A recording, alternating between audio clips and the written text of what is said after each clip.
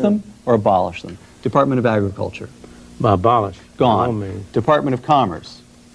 Abolish. Gone. Department of Defense. Keep. Keep it. Department of Education. Abolish. Gone. Energy. Abolish.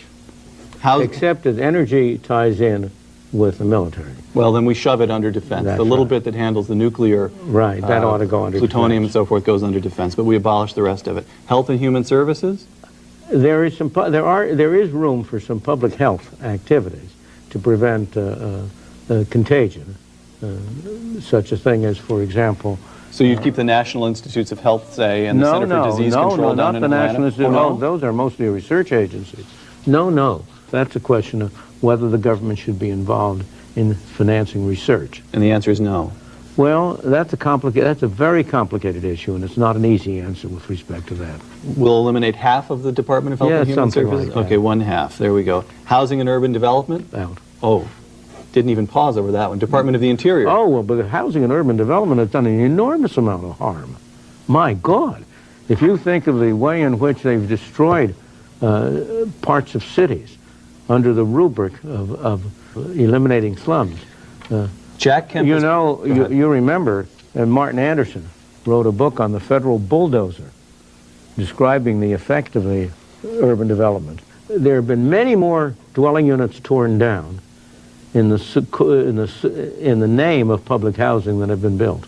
Jack Kemp has proposed selling to the current inhabitants of public housing their unit, their townhouse, their apartment, for $1 a piece, and just shifting the ownership to the people who live in it. If you got rid of the Department of Housing and Urban Development, it would be worth doing that. All right, done. That's gone. Department of the Interior, your beloved National Park Service. Well, given the problem there is, you first have to sell off all the land that the government owns. But that's what you should do. But it could be done pretty quickly. It could be done. You should do that. There's no reason for the government to own. The government now owns something like 1/3 of all the land in the country. And that's too much. Should go down to zero. Should go down to, well, not entirely zero. They ought to own the land on which government buildings are. Okay, terrific. Department of Justice. Oh, yes. Keep that one. Keep that one. Labor. No. Gone. State. Keep. Keep it. Transportation. Gone. Gone. The Treasury? You have to keep it to collect taxes. All right, collect taxes through the Treasury. Veterans Affairs? You can regard the Veteran Affairs as a way of paying essentially salaries for services of those who have been in the armed force. But you ought to be able to get rid of it. You should be able to pay it off. Pay it off. Pay off lump sums, perhaps. That's right. And just get rid of it. From 14 departments down to its basic fundamental functions. What are its fundamental functions?